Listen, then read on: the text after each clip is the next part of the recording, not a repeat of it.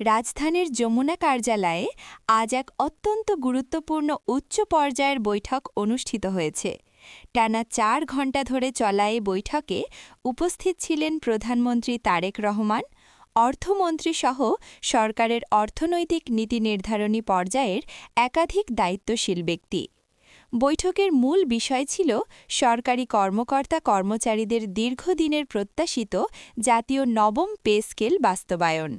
বৈঠক শেষে জাতির উদ্দেশ্যে দেওয়া এক তাৎপর্যপূর্ণ বক্তব্যে প্রধানমন্ত্রী তারেক রহমান স্পষ্ট জানান, জাতীয় নবম পে স্কেলের গ্যাজেট ও বাস্তবায়ন হবে ২ ধাপে।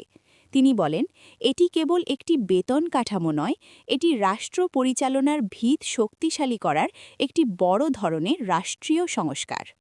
প্রধানমন্ত্রী তার বক্তব্যে উল্লেখ করেন, সরকারি কর্মকর্তা-কর্মচারীরাই রাষ্ট্রের মেরুদণ্ড।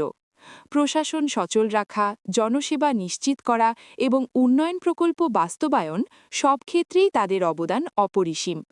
গত কয়েক বছরে জীবনযাত্রার ব্যয় যেভাবে বেড়েছে, সেই অনুপাতে বেতন সমন্বয় করা সম্ভব হয়নি বলেই এই সিদ্ধান্ত। রাষ্ট্র পরিচালনার সাথে যুক্ত মানুষের ন্যায্য আর্থিক নিরাপত্তা নিশ্চিত করা রাষ্ট্রের দায়িত্ব। তবে এককালীন পূর্ণাঙ্গ পে স্কেল বাস্তবায়ন করলে রাষ্ট্রের উপর বড় ধরনের আর্থিক চাপ তৈরি হতে পারত।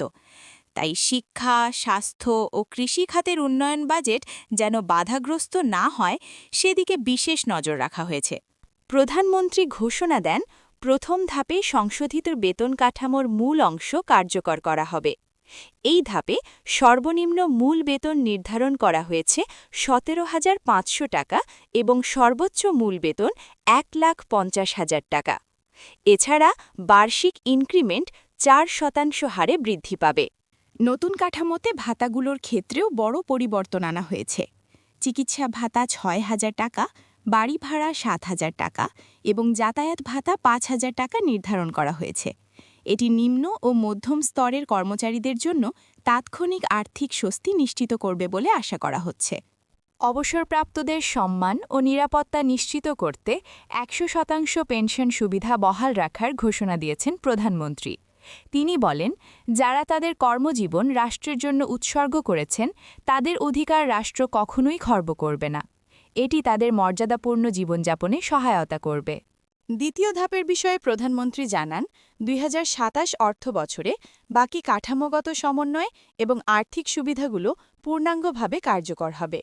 অর্থাৎ প্রথম ধাপে মূল বেতন ও ভাতা দেওয়ার পর দ্বিতীয় ধাপে গ্রেড ভিত্তিক বাকি সব সুপারিশ বাস্তবায়ন করা হবে।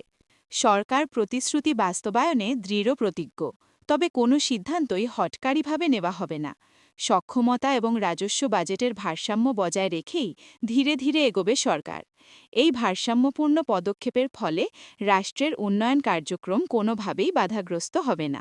যমুনায় অনুষ্ঠিত এই বৈঠকের সিদ্ধান্তের মাধ্যমে দেশের প্রশাসনিক ব্যবস্থায় একটি নতুন যুগের সূচনা হল।